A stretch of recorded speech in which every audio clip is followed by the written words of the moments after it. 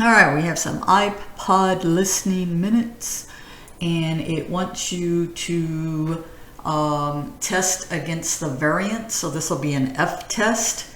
You're checking to see if there's a difference in the two variances. And somewhere in here it says at an alpha level of 0.02. And so you can first find the critical value, and I will be honest, the tables are, in textbooks, but they're kind of long and drawn out to read. But here I can just simply plug in my 9. Why am I plugging in 9? Because the degrees of freedom of men, 10 minus 1, and then it'll be 15 for the women. And then remember that this is a two-tailed test, so you have to divide the significance by 2. So it wanted 0.02 divided by 2, where I get 0.01. And you can see I get the 3.89. And so my critical F is the 3.89 value. Now I can find my test statistic by taking the standard deviation squared divided by the standard deviation squared.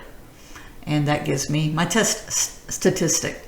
So I'm testing difference in variances, standard deviations.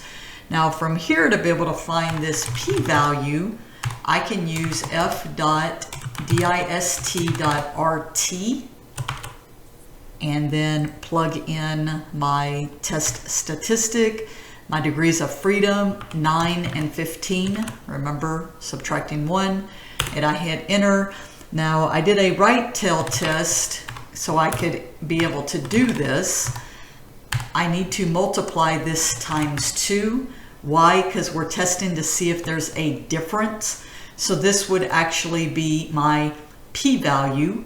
And as I can see here, my p-value is less than my level of significance, the 0.02.